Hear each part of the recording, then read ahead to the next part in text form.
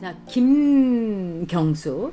어저께 이제 재판, 요즘에 이제 이 정경심이 재판부터 시작해갖고 김경수 재판을 이렇게 보는데 제가 아주 머리가 뜨끈뜨끈해졌습니다. 이거는 마치 시간 끌기 재판, 여러분께서도 아까 다 얘기를 해주셨지만 시간 끌기 재판에다가 또 두 번째는 뭡니까? 어떻게 하면 무죄를 만들까 하는 무죄 재판으로 가고 있습니다. 아주 심각한데요. 이 문제 여러분하고 하나하나 파헤쳐 보도록 하겠습니다. 자, 어저께 이제 그 김경수 재판을 이렇게 보면서 제가 와, 이 나라의 사법부 장악을 확실하게 했구나, 이걸 느낄 수가 있습니다. 자, 김경남님께서 경성대 교수가 경남 지역구 2개 분석하고 봤는데 진짜 이상해요.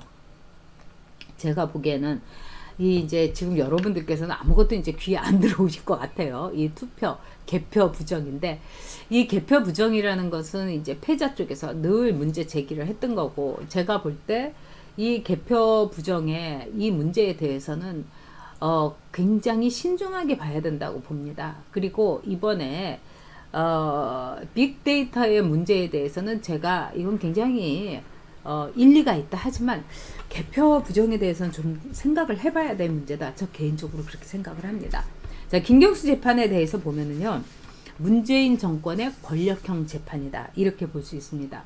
자, 김경수는요 1심에서요 법정 구속까지 되지 않았습니까? 그래가지고 그 당시에 법정 구속을 시킨 이 성창호 판사는 말하자면은 비리 판사, 이 사법농단에 끼었다 해가지고 법원에 출석까지 하고 아주 엄청나게 수모와 그 다음에 고난의 길을 걷고 있죠. 근데 제1심에 이제 성창호 판사에 의해서 이제 맡았던 이 재판부가 뭐라고 했느냐, 이렇게 얘기했어요.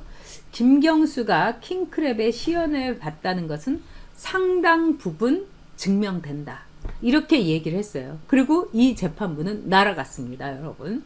그러니까 이제 법원 인사라든가 이런 거는 우리도 이제 조직에서 있으면은 낌새로 이제 알아차리는 거죠. 이 사람이 딱 알아차린 거예요. 그러면서 백조의 노래를 부른 거죠.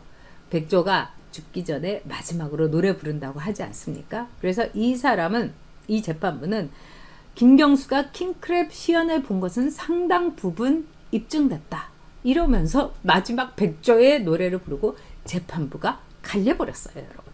그래서 이 항소심에서 이 재판부는요, 함상훈, 김민기, 하태관 이렇게 나왔습니다. 그러니까 얼마나 이번 사법부의 그 완전히 장악이 놀라우면 아예 재판부를 이렇게 싹 깔아버릴 수가 있는지 정말 놀랐습니다. 그러자라도 주심에다가 부심은 저쪽에 이 좀 약간 불구죽직한 재판부로 갈아갖고 맨날 싸웠다는 거 아닙니까? 그런데 이번에 아주 싹 갈아엎은 거예요.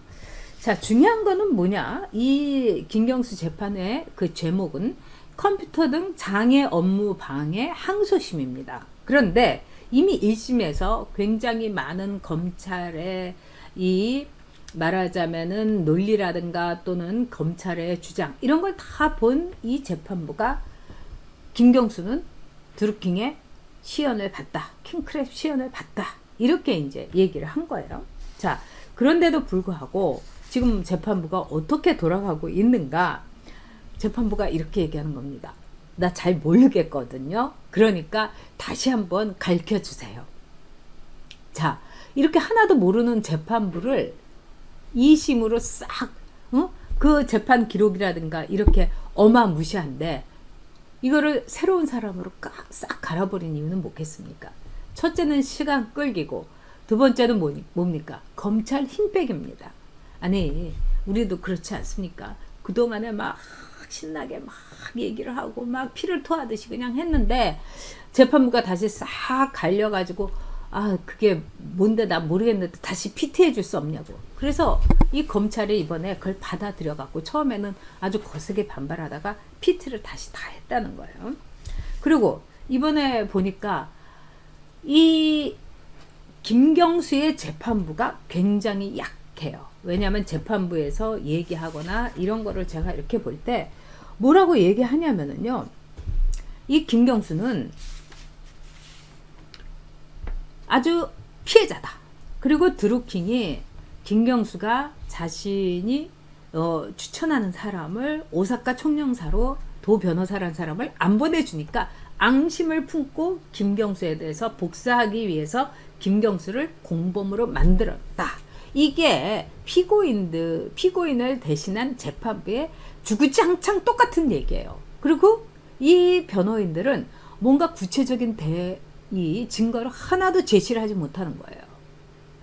자, 여기에서 굉장히 큰 맹점이 있습니다. 어떤 맹점이 있느냐? 첫째, 지금 김경수의 제목은 여러분이 아까 제가 알려드린 것처럼 컴퓨터 등 장애 업무 방해 항소심이에요. 그렇다면은 김경수가 킹크랩의 시연을 봤다는 거, 이거 자체가 상당 부분 증거로서 소명됐다고 한 제1심, 이게 굉장히 중요한 팩트인 겁니다. 우리가 재판이라는 거는요, 1심에 있는 걸 2심에서 뒤집기가 굉장히 어렵습니다. 그래서 여러분께서도 송사를 하신다 이러면요, 1심부터 비싼 변호사를 써야 되는 거예요. 아주 실력 있고 빵빵한. 이번에 내가 뭐 자신 있는데 뭐 그냥 대충 변호사 쓰고 봐야지 이러시면 안 됩니다. 그래서 지금 재벌 기업들이 뭘 하겠다 하면은 김현장에서 그 비싼 변호사 몇 억씩 되는 변호사 쓰는 이유가 뭐냐? 1심을 뒤집기는 어려워요. 그거는 여러 가지 있습니다만 재판은 어디까지나 판례, 이제까지 있었던 판례 중심이고 그 다음에 1심에서의 의거해서 거기에서 덧붙여서 거기에 법리적으로 문제가 없는가를 보는 게 2심입니다. 그래서 2심의 경우는요, 엄청난 증거가 나오지 않는 한은 뒤집어지기가 힘들어요. 또 두 번째는 이 판사들끼리의 어떤 네트워크도 있는 거예요. 뭐 민변이건 뭐건 간에 판사들은 자기의 동료가 내린 재판에 대해서 뒤집는 거를 굉장히 부담스러워합니다. 이거는 뭐라고 해야 될까요? 너 나하고 한번 싸워볼래? 너 나하고 평생 척질래? 이거하고 똑같은 겁니다. 그런데 이번에 김경수 재판에서 이 변호인은요, 하나도 뒤집을 만한 증거를 댄 게 없어요. 지금 핵심은 뭐냐? 이 김동환이라는 드루킹이 차후의 일에 대해서 앙심을 품은 게 초점이 아니에요. 김경수가 드루킹의 시연을 봤느냐 못 봤느냐인 거예요. 드루킹의 시연을 본 게 1심에서 상당 부분 증거로서 증명됐다. 이렇게 하면 사실 이거는 끝난 겁니다. 근데 그럼에도 불구하고 무슨 닭갈비집 주인을 불러가지고 다시 얘기를 듣겠다는 동, 드루킹의 동생을 증인으로 채택하겠다는 동, 이 재판부가 굉장히 한심스러운 작태를 여러분 하고 있는 겁니다. 이거는 제가 이렇게 딱 보니까 결국은 김경수를 무죄로 해주려고 작심을 하고 있는 거예요. 대법원은 가봤자 그거는 쓸데없습니다. 그냥 그대로 그냥 딱 찍어 갖고 내려올 거예요. 왜? 대법원 지금 완전히 빨간물이 들어가지고 진보로 그냥 쫙 판을 깔았습니다. 김명수가 그냥 그대로 다 이렇게 꼽아 놓은 거예요. 그런 점에 있어서 제가 볼 때는 이번에 2심 재판부를 이렇게 싹 갈아엎은 건 뭐냐? 김경수 무죄 만드는 겁니다. 그래서 처음에 이 서초동에 있는 판사 출신의 변호사들이라든가 이런 분들도 굉장히 놀랐어요. 어떻게 저렇게 싹 갈아엎을 수가 있냐. 이거는요, 여러분, 인민재판이라든가 또는 군 재판이라든가 이런데 하고 똑같이 가겠다는 겁니다. 내가 김경수 무죄 만들겠다는데 시끄러워? 할 말 있어? 응? 얘기할 거 있어? 이렇게 여러분들에게 우리에게 되묻는 문재인 정권인 겁니다. 그리고 문재인한테 김경수는요, 굉장히 아픈 손가락일 수 있는 거죠. 나를 위해서 저렇게 애쓰다가 착한 바둑이 경수가 저렇게 됐고, 그 다음에 문재인이 제일 아끼는 사람은요, 김경수일 겁니다. 왜냐? 사람들은요, 자식도요, 자기를 많이 닮은 자식을 좋아하죠. 마찬가지로 김경수는 문재인의 판박이다. 여러분, 이렇게 볼 수 있습니다. 굉장히 김경수하고 문재인은 캐릭터도 비슷하고 하는 말도 똑같고, 그 다음에 고집도 무지 세고, 그리고 자기 자신의 말하자면은 진영에서는 자기의 욕심 같은 거는 안 차리는 사람으로 좀 알려져 있고, 그러니까 김경수하고 대학 동문이고 정말 확실한 보수고 모태 보수인 사람들도 김경수하고 이제 같은 과고 뭐 이런 사람을 제가 한 2명 만났는데 참 착한 사람이다. 참 좋은 사람이다. 그리고 김경수는 돈도 모른다. 뭐 문재인은 그렇게 아방궁 같은 좋은 데서 살지만 김경수는 정말 가난하게 살고 있다. 가난한 정도는 아니지만 돈하고 관계없이 살고 있다. 이러면서 김경수가 그렇게 사악한 짓을 했을 사람이라고는 생각 안 한다. 이렇게 얘기를 하는 거예요. 문재인도 그 안에서의 문재인이 뭐 원래 그 진영에서는 사악한 사람이다. 뭐 이런 얘기는 없죠. 그러나 정치적으로 이 나라라는 측면에 있어서 그 반대 진영과 이 국민과 또는 우리 대한민국에 대해서는 지극히 사악한 무리들이다. 이렇게 볼 수 있는 거죠. 문재인이 울산 부정선거를 한 그 사악함을 여러분 보십시오. 그거와 똑같이 김경수는 자기가 당선시키고 싶은 그 다음에 비서실장에 또는 수행비서로서 같이 늘 움직였던 문재인을 꼭 당선시켜야 된다는 생각에서 드루킹의 시연을 보면서 여론 조작을 하면서 사악한 웃음을 지은 겁니다. 우리가 그 인간의 사악함에 대해서는 참 여러 가지로 봐야 됩니다. 연쇄 살인범도 자기 자식에 대해서 아주 애틋함을 가지고 있다고 하는 거죠. 네? 그리고 연쇄 살인범도 너무나 효녀도 많고요. 이거하고 똑같은 사악함이 저들에게 있는 겁니다.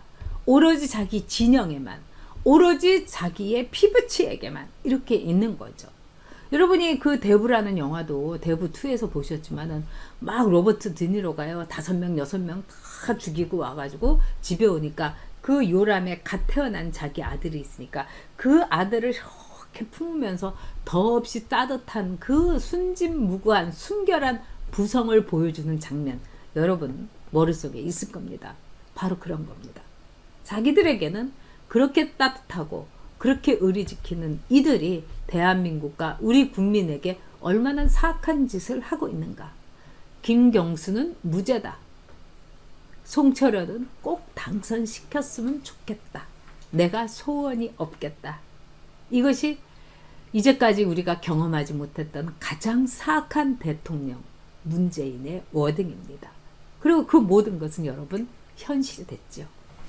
자, 우리가 좀 더 정신 똑바로 차리고 가야 될 것 같습니다. 여러분 좋아요 많이 눌러주시고요. 네, 여러분과 함께 정말 끝까지 가도록 하겠습니다.